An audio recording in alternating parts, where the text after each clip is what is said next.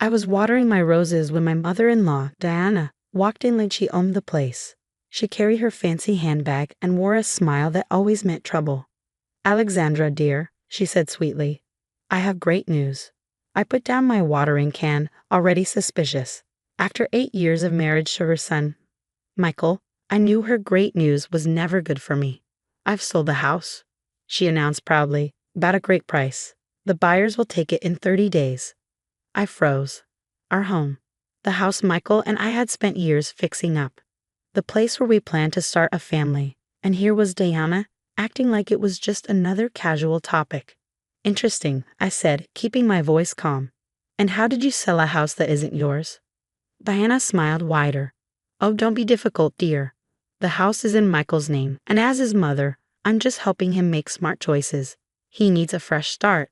This place is holding him back. The money will help him start his new life with Jessica." My heart stopped. Jessica, Michael's 25-year-old assistant, the one Deanna kept praising. Michael agreed to this? I asked, already knowing the answer. Lately he'd been distant, working late, barely talking to me. "Of course," Diana said, pulling out some papers. "He signed the agreement last week." Jessica helped him see reason. "They're perfect together. Sometimes we have to accept change, Alexandra. You just don't fit in our family anymore." I felt oddly calm. Diana had no idea of the conversation I'd had with Michael's father before he passed away, or the legal papers he left me. "You're right, Diana," I said softly. "Things do change." She looked confused for a moment but quickly recovered. "I'm glad you understand. The buyers want to see the house next week. Make sure it looks nice." I picked up my watering can. "Of course. I'll make sure everything is exactly as it should be." She hesitated, probably expecting tears or a fight. Instead, I was calm, and that unsettled her. "Good," she said, though her smile wasn't as confident. "You should start packing." As she left, I made 2 phone calls, one to James Harrison, our family lawyer, and another to Robert Chen, the private investigator I had hired 3 months ago. That evening, Michael came home and looked surprised to see me calmly reading a book. "Your mother stopped by," I said. "She told me about the house." Michael ran a hand through his hair, a nervous habit. "Alex, I can explain." "No need," I interrupted. "I get it. You and Jessica need a fresh start. This house is in your way. That's what your mother said, right?" He looked guilty. "It's not like that. Things haven't been good between us. Jessica, she understands me." "She's 25, Michael. You're 42, I said. "But that's not really the issue, is it? The issue is that you think you can sell this house without my permission." "The house is in my name," he said firmly. "Mom found cash buyers. It's done, Alex. I'm sorry, but maybe this is for the best." I stood up, carefully marking my page in my book. "You know what's funny about clean breaks, Michael? They only work if everything is actually clean." He frowned, confused. "What does that mean?" "You'll find out soon enough," I said, walking upstairs. "Oh, and don't worry about the house being ready for the buyers next week. I'll make sure everything is exactly as it should be." As I climbed the stairs, I felt his eyes on me, trying to figure out why I wasn't falling apart. Like his mother, he had no idea what was coming. The next morning, I met James Harrison at his office downtown. He had been the family's lawyer for years and knew all of Michael's father's final decisions. "They really think they can sell the house?" James asked, adjusting his glasses as he looked over the listing agreement. "Diana already found buyers," I said, sipping my coffee. "She expects me to have everything ready for a walkthrough next week." James shook his head and pulled out a thick folder. "I assume you haven't told them about this?" He placed an important document on the desk. I smiled. "Not yet. Howard asked me to keep this quiet unless absolutely necessary. I think this situation qualifies." 2 years ago, before he passed away, my father-in-law called me to his hospital room. Unlike Deanna, he wasn't blind to Michael's flaws. He worried about his son's decisions and what might happen when he was gone. "I've made arrangements," Howard told me. "The house isn't just in Michael's name. I made sure of that. You'll be protected. James has the paperwork." Looking at those documents now, I felt grateful for his foresight. The house had been a wedding gift, but it was legally owned by both Michael and me. That meant Michael couldn't sell it without my consent. Diana's listing agreement was worthless. James picked up his phone. Should I call Diana's real estate agent now, or do you want to let them carry on a little longer? I thought about Diana's smug smile and Michael's betrayal. Let's wait, I decided. I want to see what else they try. That afternoon, my private investigator, Robert Chen, sent me his latest report. The evidence was solid: hotel receipts, secret meetings, and proof that Michael had been using his firm's money to pay for his affair with Jessica. I forwarded it all to James and went home, where I found moving boxes stacked in the foyer. Diana had sent them as a hint that I should start packing. Instead, I went to my office, unlocking the secret compartment in my desk. Inside were the most important papers: the house deed, Howard's letters, and the USB drive containing Robert's findings. Diana might control people with lies and manipulation, but I had something stronger: facts and legal truth. That night, Michael came home late, smelling like expensive perfume. He hesitated when he saw the moving boxes still untouched. "Alex," he said in a patronizing tone, "you're making this harder on yourself. Mom is just trying to help." I glanced up from my laptop, where I was reviewing the latest photos of him and Jessica at a hotel that afternoon. "How thoughtful of her," I said. "And how was your meeting with the Thompson client today?" He froze, just for a second. There was no Thompson client. He had used that excuse to meet Jessica. "Fine," he said quickly. "Just fine. Look, about the house." "Don't worry about the house, Michael," I cut him off. "Everything will work out exactly as it should." His eyes narrowed. "What does that mean?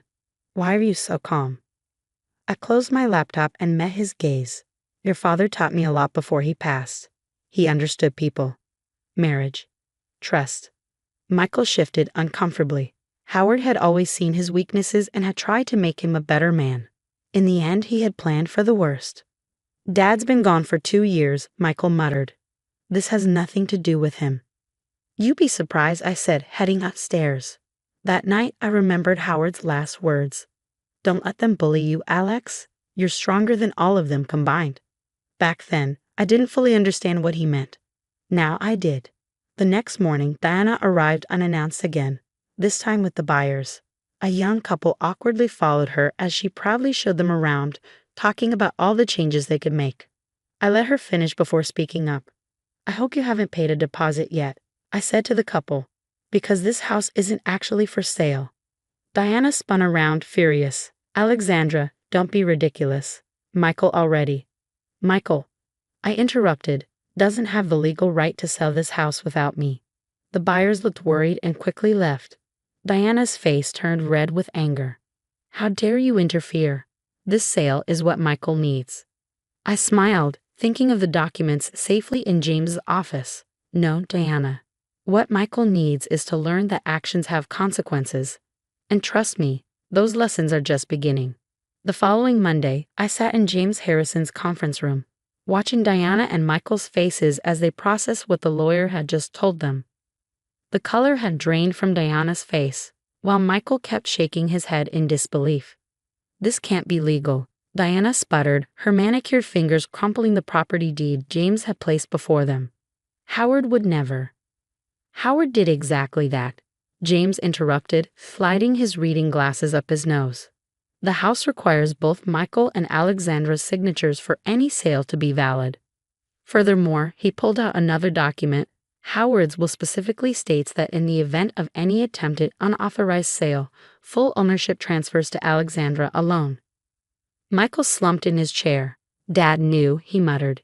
"He knew I'd mess this up somehow. He knew his son," I corrected quietly, "and he knew his wife."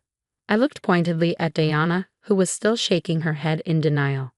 "That's not all," James continued, producing the file Robert Chen had compiled. "We also have evidence of financial impropriety at the firm, specifically related to expenses charged for non-existent client meetings." Michael's head snapped up. I could see the moment he realized what that meant. All those hotel rooms and expensive dinners with Jessica charged to the firm's accounts. "The board of partners would be very interested in these expense reports," James noted. "Not to mention the ethics committee of the State Bar Association." "You wouldn't," Michael whispered, but his voice lacked conviction. "No, I wouldn't," I agreed. "Not if you agree to my terms." Diana tried to rally. "Terms? You ungrateful." "Quiet, Mom," Michael cut her off, surprising us all. For the first time, I saw real fear in his eyes. What terms, Alex? I laid out my conditions clearly. First, you'll sign a quitclaim deed transferring the house entirely to me. Second, you'll agree to an uncontested divorce with a fair division of our other assets. Third, I turned to Diana, you will never again interfere in my life or my property. And if we refuse? Diana demanded, though her voice trembled slightly. I opened my laptop and turned it to face them.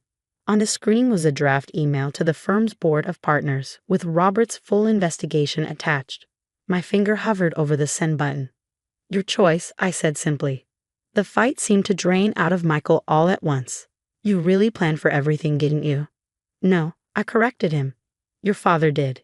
He loved you, Michael, but he saw who you really were. He wanted to protect both of us, me from your betrayal, and you from your own worst impulses. Diana stood up, her chair scraping against the floor. This is blackmail. This is consequences, James replied calmly. I've drawn up all the necessary paperwork. Shall we proceed? An hour later, it was done. Michael signed everything without further protest, while Diana sat in stony silence. As they stood to leave, Michael paused at the door. I'm sorry, Alex, he said quietly. For what it's worth, I really am sorry. I know, I replied, but sometimes sorry isn't enough. After they left, James handed me the final signed documents. Howard would be proud, he said warmly. You handled this exactly as he hoped you would. That evening, I sat on my back porch, looking out at the garden Howard had helped me plant years ago. My phone buzzed with a text from Michael. Jessica had left him after learning about the scandal at the firm. Diana had apparently retreated to her sister's house in Palm Springs, telling her friends she needed a spiritual retreat. I poured myself a glass of Howard's favorite whiskey, the bottle he'd given me for safekeeping before he died. You were right, I said to the quiet evening air, about everything. 2 months later, I transformed the house into truly my own space. Michael's law firm had quietly asked him to resign to avoid public scandal, and he'd moved to another state to start over. Diana's carefully curated social circle had crumbled once the truth about her schemes came out. As for me, I was finally at peace in my home, surrounded by memories of the one person in that family who had truly cared about doing the right thing. Howard's last gift hadn't just been the house. It had been the strength to stand up for myself and the wisdom to know when to use it. Sometimes, I thought as I tended to my roses, the best revenge isn't fighting back immediately. It's waiting patiently until your opponents have dug their own graves, then simply stepping aside to let them fall in. The house stands as a testament to that lesson, and to the power of quiet strength over loud manipulation. Diana and Michael had underestimated me, just as they had underestimated Howard's foresight. Their mistake had cost them everything, while I remained exactly where I belonged, in the home that was always meant to be mine.